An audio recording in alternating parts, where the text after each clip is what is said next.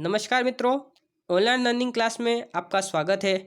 यहाँ हम कक्षा 10 हिंदी मीडियम में विज्ञान सब्जेक्ट के प्रकरण नंबर 1 जिसका नाम है रासायनिक अभिक्रिया और समीकरण के बारे में चर्चा करेंगे। तो मित्रों, पहले भाग में हमने देखा था कि संतुलित रासायनिक अभिक्रिया, अभिकारक, उत्पाद के बारे में हम लोग ने विस्तृत जानकारी प्राप्त की थी। यहाँ हम उसके आगे के बारे में जानकारी प्राप्त करेंगे। तो सबसे पहले अगला सवाल हम देखते हैं। तो देखिए, अगला सवाल हम लोगों को ये दिया है कि वायु में जलाने से पहले मैग्नीशियम रिबन को साफ क्यों किया जाता है। तो देखिए, जो मैग्नीशियम रिबन होता है मित्रों, हमें पता है कि जो मैग्नीशियम रिबन होता है जब हम उसे जलाते हैं तो वो इतनी तेज ज्योति से जलता है कि हमारी आंखें बंद हो जाए। बहुत तेजी से वो जलता है और सफ़ेद ज्योति के साथ वो जलता है। परंतु अगर हम उसे आर्द्र वाली वातावरण में रखें तो देखिए, अगर मैग्नीशियम रिबन को आर्द्र वायु के प्रभाव से मैग्नीशियम ऑक्साइड की सफ़ेद रंग की परत जम जाती है। देखिए, जो मैग्नीशियम होता है वो सक्रिय धातु होता है। तो जब उसे हम आर्द्र का मतलब होता है कि नमी युक्त वायु में जब हम उसे रखते हैं तो वो ऑक्सीजन के साथ अभिक्रिया कर लेता है। तो जो मैग्नीशियम है पहले से ही सक्रिय धातु है, अब उसे हम नमी युक्त वातावरण में रखेंगे तो वो ऑक्सीजन के साथ प्रक्रिया कर लेगा और बना देगा MgO, मतलब कि मैग्नीशियम ऑक्साइड बना देते। अब ये जो मैग्नीशियम ऑक्साइड है यह जल्दी से जलता नहीं है, मतलब कि जलने में ये क्या करता है कि बाधा उत्पन्न करता है, जिसके वजह से क्या किया जाता है कि जब हम मैग्नीशियम रिबन को जलाते हैं तो उससे पहले उसे हमें साफ करना पड़ता है। तो यह जो परत मैग्नीशियम की यह परत है, यह मैग्नीशियम को जलने में एक प्रकार का बाधक बन जाती है, जिसे मैग्नीशियम रिबन से मैग्नीशियम ऑक्साइड की परत हटाने के लिए उसे रेगमार्क से हमेशा साफ किया जाता है। उसी प्रकार से हमारा अगला सवाल है कि निम्नलिखित अभिक्रियाओं के लिए संतुलित समीकरण लिखिए। तो देखिए, हमारा पहला अभिक्रिया इस प्रकार से है कि barium chloride plus aluminium sulphate को जब हम प्रक्रिया करेंगे तो बनेगा बेरियम सल्फेट और एल्यूमिनियम क्लोराइड। तो देखिए, कुछ इस प्रकार से प्रक्रिया बनती है, जैसे कि BaCl2 मतलब कि बेरियम क्लोराइड है वो Al2SO4 थ्राइस के साथ अभिक्रिया करेगा तो BaSO4 प्लस Al2O AlCl3 बना के देगा। उसी प्रकार से हमारा अगला समीकरण है कि सोडियम प्लस जल, ये दोनों के बीच में अभिक्रिया होने से सोडियम हाइड्रोक्साइड और हाइड्रोजन गैस उत्पन्न होती है। तो मित्रों, यहाँ पे याद रखिए कि ये जो सोडियम है ना, ये बहुत ही सक्रिय धातु होता है।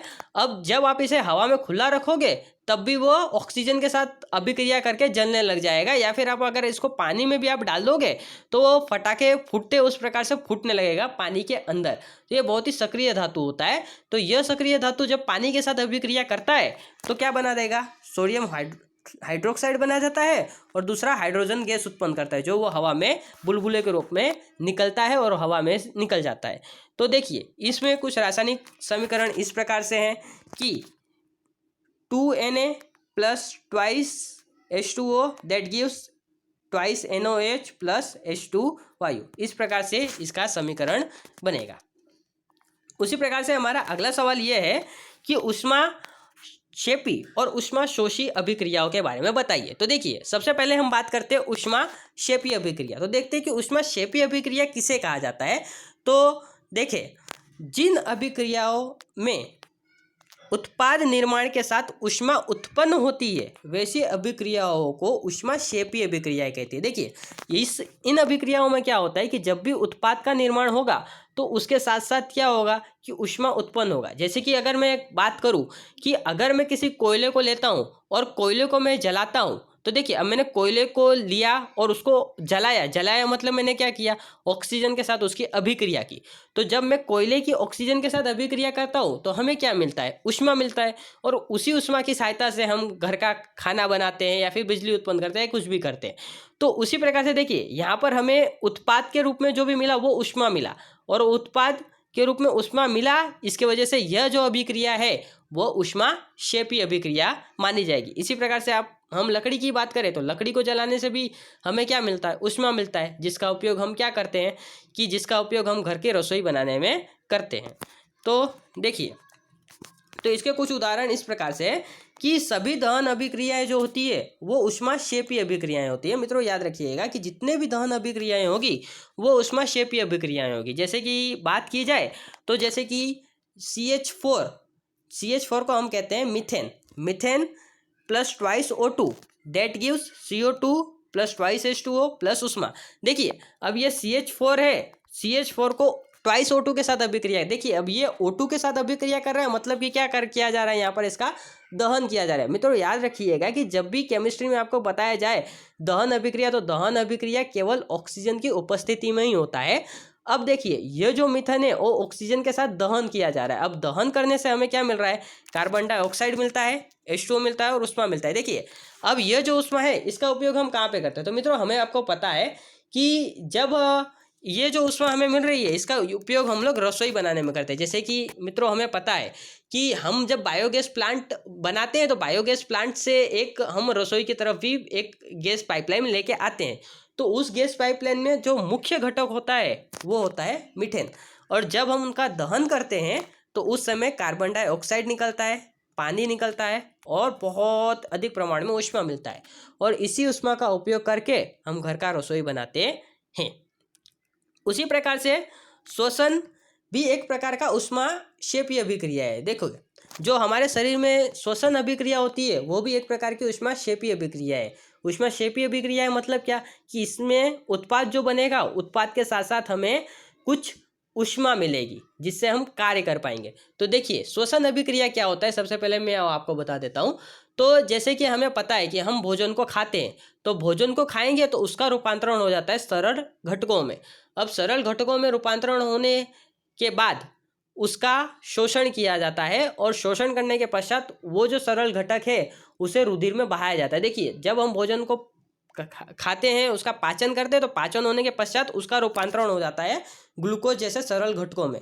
अब ये जो ग्लूकोज है वो हमारे रुधिर वाहिकाओं मतलब कि ब्लड के द्वारा हमारे विभिन्न कोशिकाओं में जाता है। तो विभिन्न कोशिकाओं में जाकर वहाँ पर उसका दहन किया जाता है, और दहन करने के लिए आवश्यकता किसकी होती है, ऑक्सीजन की होती है। तो देखिए जो हमारी कोशिकाओं में उसका जब दहन होता है तो उस समय ऊर्जा उत्पन्न होती है, और उसी ऊर्जा के कारण हम कार्य कर पाते। तो देखिए जो यह ग्लूकोज है मतलब कि C6H12O6 है, वो 6O2 मतलब कि ऑक्सीजन के साथ अभिक्रिया करके, अब देखिए मित्रों ऑक्सीजन के साथ अभिक्रिया हो रहा है मतलब कि यहाँ पर क्या हो रहा है, दहन वाली अभिक्रिया हो रही है। तो दहन अभिक्रिया होने से कार्बन डाइऑक्साइड मिलेगा, H2O मिलेगा और ऊर्जा मिलेगी। और मित्रों ये जो ऊर्जा मिलती है ना, इसी ऊर्जा से हम अपना दैनिक कार्य करते रहते हैं। तो मित्रों अब विचार करिए कि ये जो कार्बन डाइऑक्साइड मिला होगा उसका यूज़ क्या किया जाता होगा। तो मित्रों ये जो कार्बन डाइऑक्साइड है ये हमारे किसी काम का नहीं है, ये हमारे लिए हानिकारक होता है। तो इसे हम श्वासोच्छ्वास की क्रिया के द्वारा हम लोग इसे बाहर निकाल देते हैं। उसी प्रकार से हमारा अगला सवाल है कि ऊष्माशोषी अभिक्रिया। तो देखिए अब जो ऊष्माक्षेपी अभिक्रिया है उसका विपरीत होगा ऊष्माशोषी अभिक्रिया। तो देखिए जो ऊष्माशोषी अभिक्रिया होता है उसमें क्या होता है कि हम उत्पाद बनाने के लिए जो उत्पाद निर्माण के समय ऊष्मा अवशोषित होती है। यहाँ पर ऊष्माक्षेपी अभिक्रिया में क्या होता था कि जब भी उत्पाद बनता था तो उस समय ऊष्मा उत्सर्जित होती थी, परंतु यहाँ पर उस उत्पाद बनाने के लिए ऊष्मा देनी पड़ती है, मतलब कि ऊष्मा का यहाँ पर शोषण होता है, जिसके वजह से इसे कहा जाता है ऊष्माशोषी अभिक्रिया, मतलब कि एंडोथर्मिक रिएक्शन इसे कहा जाता है। तो जिन अभिक्रियाओं में उत्पाद के निर्माण के साथ ऊष्मा भी अवशोषित होती है तो उसे हम ऊष्माशोषी अभिक्रिया कहते हैं। जैसे कि मैं बात करूं कि चूने का जो पत्थर होता है उसे हम गर्म करेंगे तो उसका रूपांतरण हो जाएगा CaO मतलब कि बुझा हुआ चूने में और CO2 में। देखिए जो CaCO3 है उसे कहा जाता है चूने का पत्थर मतलब कि CaCO3, उसे हम गर्म करेंगे तो उसका रूपांतरण हो जाएगा बुझा हुआ चूना मतलब कि CaO और CO2 में। उसी प्रकार से N2 + O2 + ऊष्मा हम देंगे तो बन जाएगा ट्वाइस। अब देखते हैं कि रासायनिक अभिक्रियाओं के प्रकार। तो कुछ रासायनिक अभिक्रियाओं के प्रकार निम्नलिखित है। देखिए मित्रों यहाँ पर हमें रासायनिक अभिक्रियाओं 5 प्रकार की रासायनिक अभिक्रियाओं की हमें चर्चा करनी है। तो कौन कौन सी रासायनिक अभिक्रिया है? तो सबसे पहली अभिक्रिया है संयोजन अभिक्रिया। अब मित्रों यहाँ से नाम से पता चलता है संयोजन अभिक्रिया मतलब कि नाम में लिखा हुआ है संयोजन, मतलब कि कुछ ऐसा होता होगा कि पदार्थों का संयोजन कुछ होता होगा, मतलब कि दो पदार्थ होंगे उसका कुछ संयोजन होता होगा। उसी प्रकार से वियोजन या फिर अपघटन अभिक्रिया, मतलब कि नाम से पता चलता है कि इसमें कुछ विघटन होता होगा, तो कुछ विघटन वाली अभिक्रिया होती होगी। उसी प्रकार से है एक विस्थापन अभिक्रिया। तो विस्थापन मतलब कि देखिए यहाँ के जो पदार्थ के तत्व है वो शायद अपना स्थान फेरबदल करते होंगे, इसलिए उनका नाम विस्थापन अभिक्रिया रखा गया होगा। और चौथा है द्विविस्थापन अभिक्रिया। अब देखिए यहाँ पर द्विविस्थापन मतलब कि दो तत्वों का आदान प्रदान होता है। उसी प्रकार से उपापचयन और अपचयन अभिक्रिया मतलब कि ऑक्सीडेशन रिडक्शन अभिक्रियाएं के विषय में चर्चा करनी है। और यह अभिक्रियाओं को शॉर्ट में कहा जाता है रेडॉक्स अभिक्रिया, जिसके बारे में हम लोग आगे चर्चा करेंगे। तो सबसे पहले हम बात करते हैं संयोजन अभिक्रिया की। तो मित्रों यहाँ पर नाम में लिखा है कि संयोजन मतलब कि कॉम्बिनेशन रिएक्शन, मतलब कि इसमें क्या होता है कि जो दो अभिकारक के अणु है या फिर परमाणु है वो एक दूसरे के साथ जुड़ के एकल उत्पाद बना के देते हैं। इसके वजह से इसे संयोजन अभिक्रिया कहा जाता है, क्योंकि यहाँ पर दो अणु या फिर परमाणु जुड़कर कोई एकल पदार्थ बनाकर दे रहे हैं, इसलिए इसे हम संयोजन अभिक्रिया कहेंगे। तो ऐसी अभिक्रियाएं जिनमें दो या दो से अधिक अभिकारक मिलकर एकल उत्पाद का निर्माण करते हो उसे हम लोग संयोजन अभिक्रिया कहते हैं। मित्रों नाम से ही पता चल रहा है कि दो या दो से अधिक कोई अभिकारक है वो मिलकर कोई एकल उत्पाद बना के देते होंगे। जैसे कि मैं बात करूं कैल्शियम ऑक्साइड मतलब कि CaO plus H2O that gives CaOH twice plus उष्मा। तो देखिए यहाँ पर उष्मा उत्पन्न हो रही है और कोई एकल पदार्थ बन के दे रहा है। देखिए CaO और H2O दोनों एक दूसरे के साथ जुड़ जा रहे हैं और दोनों जुड़कर CaOH ट्वाइस दे रहे हैं, मतलब कि यहाँ पर कोई एकल पदार्थ का निर्माण हो रहा है दो अलग अलग अभिकारक के मिलने से, इसलिए इसे हम संयोजन अभिक्रिया कहते हैं। उसी प्रकार से इसके कुछ अन्य उदाहरण हैं, जैसे कि कार्बन डाइऑक्साइड मतलब कि C+O2 दैट गिव्स CO2। उसी प्रकार से मैग्नीशियम रिबन का वायु में दहन करने से तो मैग्नीशियम ऑक्साइड बनता है। तो हमें याद है कि देखिए मैग्नीशियम अकेला था, वो ऑक्सीजन के साथ अभिक्रिया कर रहा है, तो अभिक्रिया होने से मैग्नीशियम ऑक्साइड मतलब कि MgO बन रहा है, जो देखिए दो अलग एकल अभिकारकों से मिलकर कोई एकल उत्पाद बन रहा है। दो अभिकारकों के मिलने के वजह से यहाँ पर उत्पाद कोई एक बन रहा है, इसलिए हम इसे संयोजन अभिक्रिया कहेंगे। उसी प्रकार से अगला है हमारा कि अगला सवाल हमारा कुछ इस प्रकार से है कि सफ़ेदी करने के 2-3 दिन बाद दीवारों पर चमक आती है, तो तुरंत ही चमक क्यों नहीं आती, 2-3 दिन बाद चमक क्यों आती है? तो देखिए इसमें हम पहले जानते हैं कि कैल्शियम ऑक्साइड मतलब कि CaO जो है वो पानी के साथ रिएक्शन करके CaOH ट्वाइस प्लस उष्मा उत्पन्न करता है। अब ये जो CaOH ट्वाइस है ना, इसे कहा जाता है बुझा हुआ चूना। अब जो हम दीवारों पर सफ़ेदी करते हैं वो सफ़ेदी करने के लिए हम ये बुझे हुए चूने का उपयोग करते हैं। अब यह इस अभिक्रिया से जो निर्मित बुझा हुआ चूने का विलयन का उपयोग दीवार के सफ़ेदी करने के लिए किया जाता है।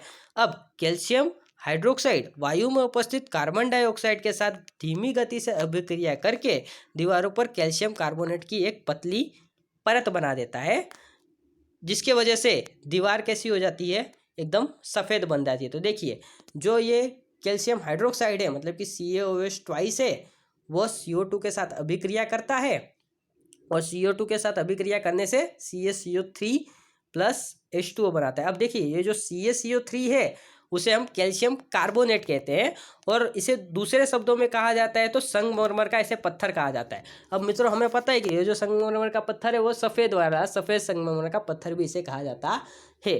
तो इसके वजह से इसका एकदम जो हमारा कुछ दिनों के बाद जो दीवार का रंग है वो एकदम सफ़ेद हो जाता है।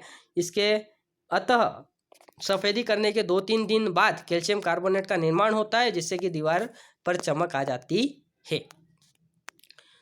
उसी प्रकार से हमारा अगला सवाल है कि वियोजन या फिर अपघटन अभिक्रियाओं को समझाना है।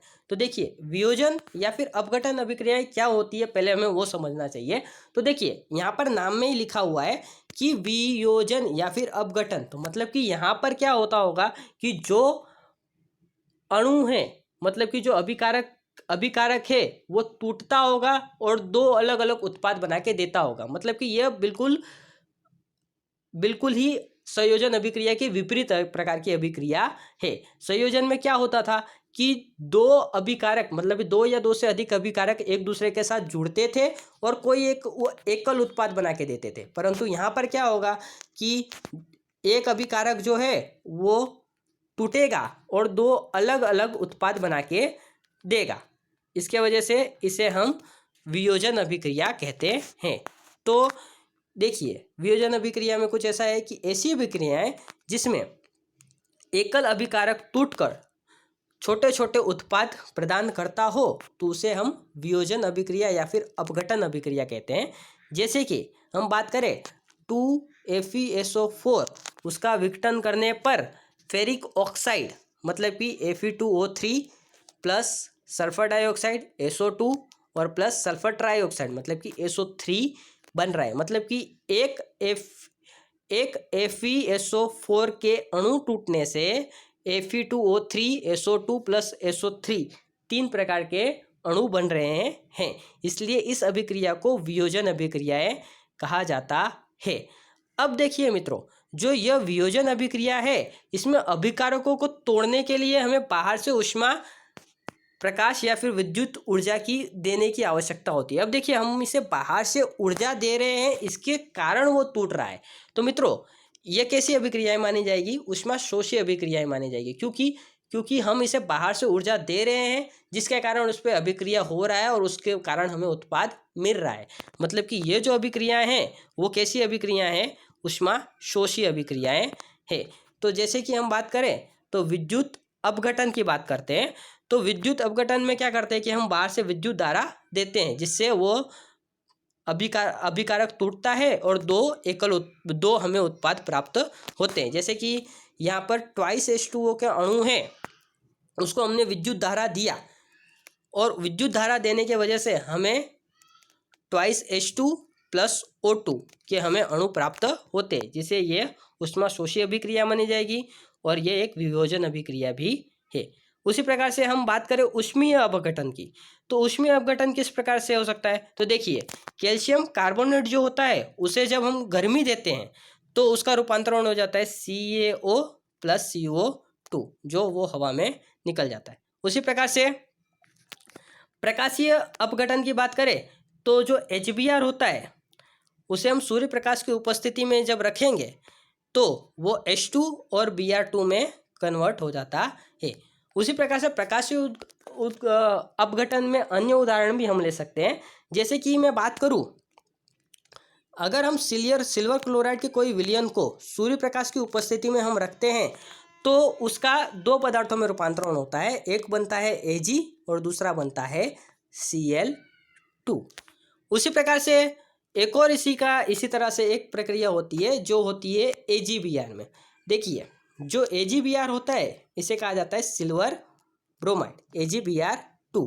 अब जो ये AgBr2 है इसे जब हम प्रकाश में रखते हैं तो इसका रूपांतरण हो जाता है Ag प्लस Br2 और इसी प्रक्रिया का उपयोग फोटोग्राफी पद्धति में किया जाता है। उसी प्रकार अगला सवाल है कि वियोजन अभिक्रिया को संयोजन अभिक्रिया के विपरीत अभिक्रिया कहा जाता है। इसके लिए हमें समीकरण बनाकर समझाना है। तो मित्रों हमें याद है कि देखिए जो संयोजन अभिक्रिया होती है, संयोजन अभिक्रिया में क्या होता है कि दो जो अभिकारक है, दो या दो से अभिकारक है, वो मिलकर एक एकल उत्पाद बना के देती है।